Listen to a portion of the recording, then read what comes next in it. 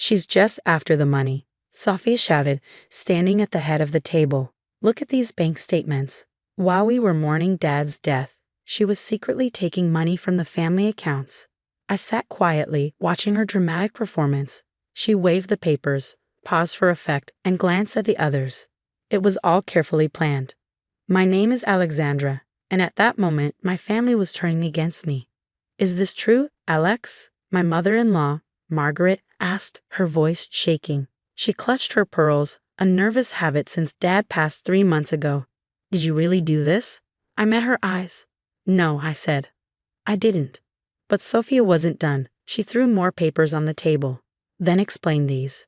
Transfers, withdrawals, while you were handling Dad's estate. My brother James wouldn't even look at me. He just stared at his hands, like when we were kids and Sophia blamed me for things she did. Some things never change. The paperwork is real, I said calmly. Everything was approved by the estate lawyer.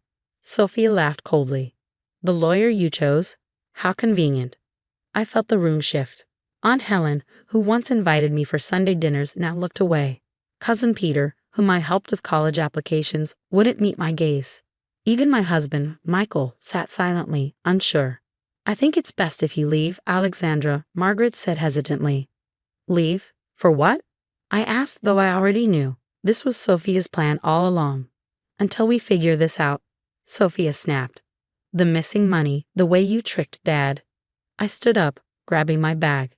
You're making a mistake, I said softly. Grief makes people easy to manipulate. I looked straight at Sophia. Her face twitched for a second.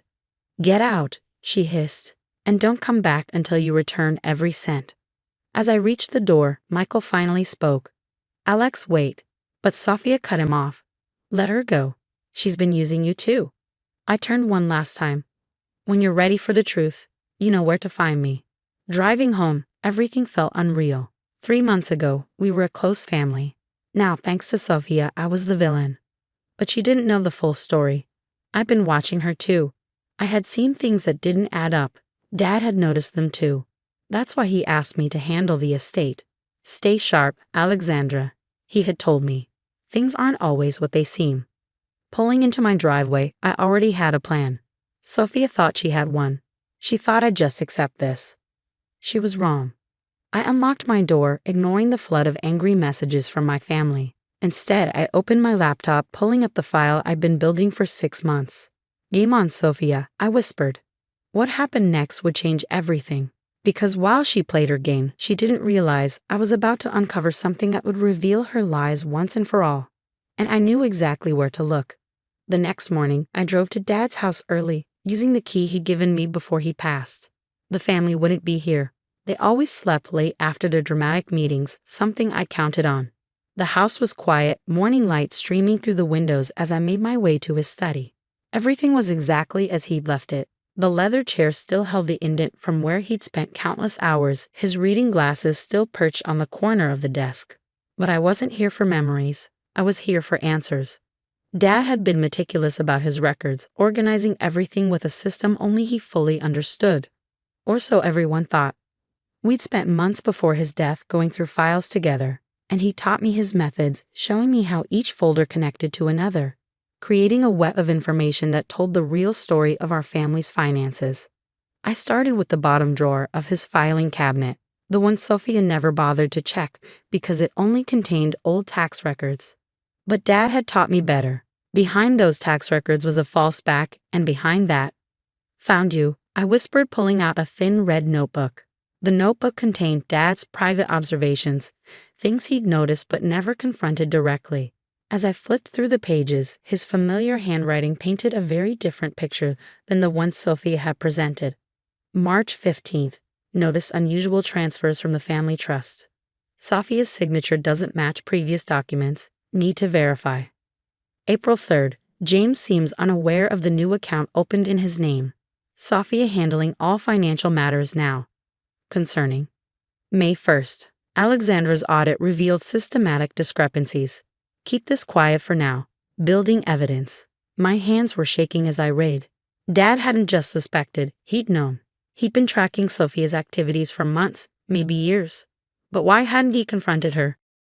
The answer came on the last page, dated just a week before his death.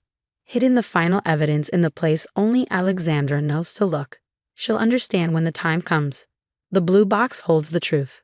The blue box. My heart skipped a beat.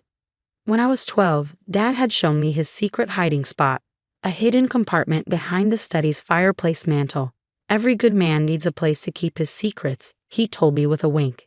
This is where I keep the things that really matter. I moved to the fireplace, my fingers finding the hidden catch exactly where I remembered it. With a soft click, the panel popped open.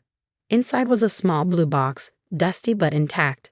My hands trembled as I opened it. Inside were USB drives, documents, and a sealed letter addressed to me. But what caught my eye was a stack of bank statements, the real ones, not the doctored versions Sophia had presented. They told a very different story. The transfers she'd accused me of making, they all traced back to accounts she controlled. The suspicious withdrawals, they coincided perfectly with her recent luxury purchases, a new car, expensive jewelry, that surprise vacation she'd taken James on. But it was the letter that made my breath catch. My dear Alexandra, if you're reading this, then things have played out as I feared they might. Sophia has shown her true colors, and the family, in their grief, has likely believed her. They always did prefer a dramatic performance to quiet truth. I'm entrusting you with this evidence because you were the only one who saw through her act from the beginning.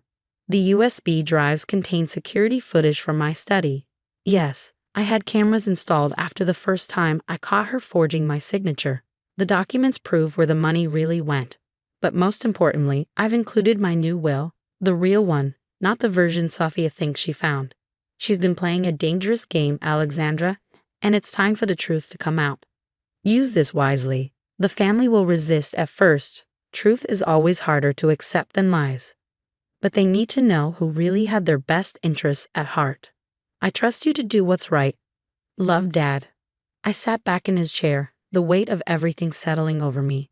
Dad hadn't just left me evidence, he'd left me a responsibility. He trusted me to expose the truth, to protect the family from someone who'd been systematically deceiving them.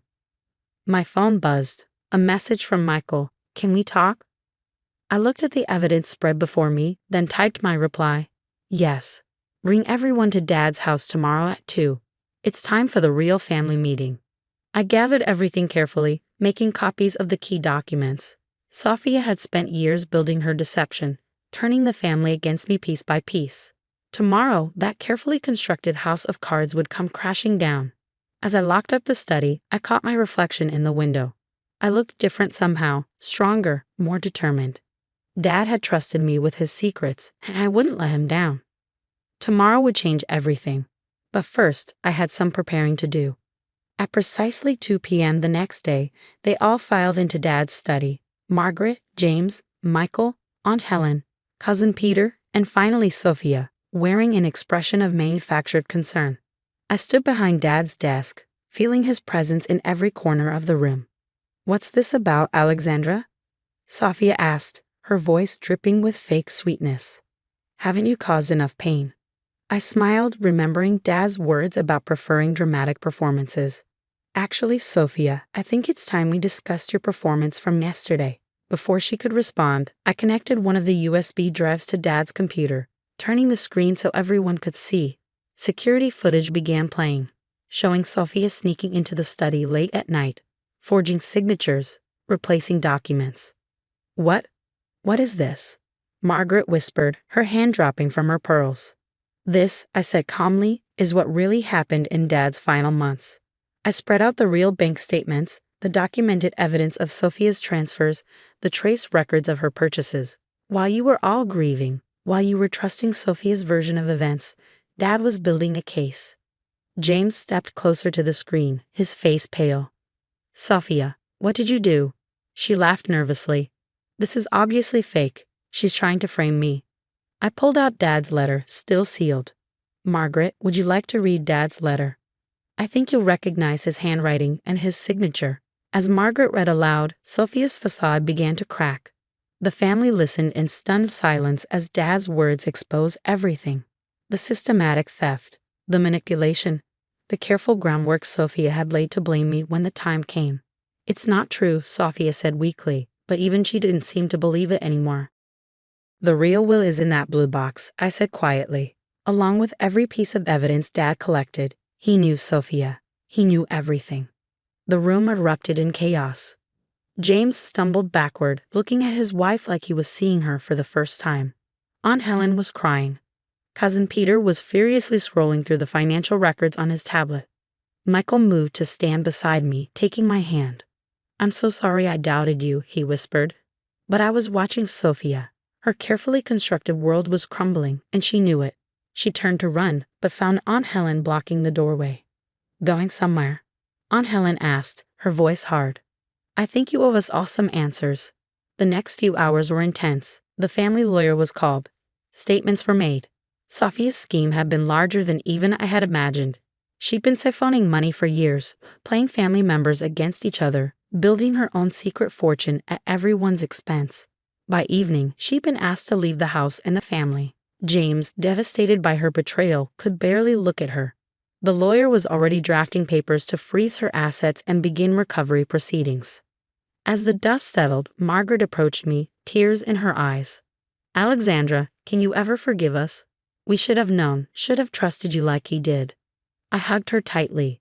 Dad used to say that family isn't about blind trust. It's about seeing the truth in people's actions, not just their words. Later that night, back in Dad's study, I sat in his chair one last time. The family had gathered in the living room, beginning a long process of healing and reconciliation. Michael brought me a cup of tea, sitting on the desk edge. "You know," he said softly, "your dad would be proud of how you handled this." I touched the letter, now framed and hanging on the wall. He trusted me to do the right thing. That's what family really means. Through the door, I could hear the murmur of voices, my family, coming back together, stronger for having faced the truth.